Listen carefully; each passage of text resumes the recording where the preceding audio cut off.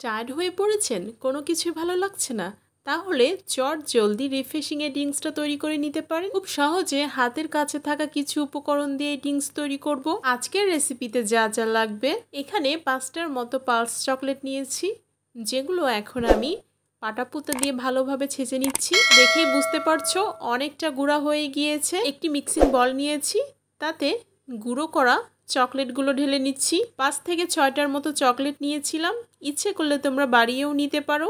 এ পর্যায়ে দিয়ে দিব কিছু পরিমাণ পুদিনা পাতা। এখন হাত দিয়ে ভালোভাবে ম্যাশ করে নিচ্ছি। এক কথায় চকলেট ও পুদিনা পাতা ভালো করে মাখাছাকা করে নিচ্ছি। এখন পর্যন্ত যারা ভিডিওটি দেখছো তাদেরকে বলছি প্লিজ একটি লাইক করে পেজটির সাথেই থেকো, ও যারা ইউটিউব থেকে দেখছো তাদেরকে বলছি প্লিজ সাবস্ক্রাইব করো। এখন অ্যাড করব 1 টুকরো লেবুর রস। লেবুর রস দেওয়ার পরে আবারও আলতো করে ভালো করে মাখাছাকা করে নিচ্ছি। আর হ্যাঁ, এই ড্রিঙ্কস বা পানীয় এতটাই মজাদার হয়ে থাকে যে ইনস্ট্যান্ট আপনি রিফ্রেশমেন্ট পেয়ে যাবেন।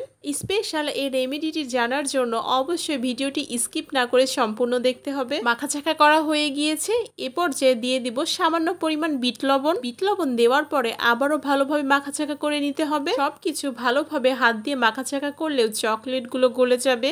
সবকিছু উপকরণ যখন ভালোভাবে মাখানো হয়ে যাবে, এ পর্যায়ে দিয়ে দেব একটি কাঁচামরিচের অর্ধেক অংশ। কাঁচামরিচ দেওয়ার পরে আবারও সবকিছু উপকরণ ভালোভাবে মাখিয়ে নিচ্ছি।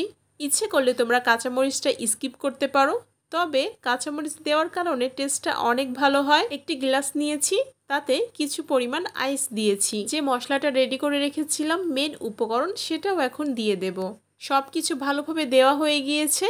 এখন এখানে দিয়ে দেব 7 আপ। 7আপটা দেওয়ার পরেই রিফ্রেশিং এর ড্রিঙ্কসটা অনেকটা বেশি মজাদার হয়ে ওঠে।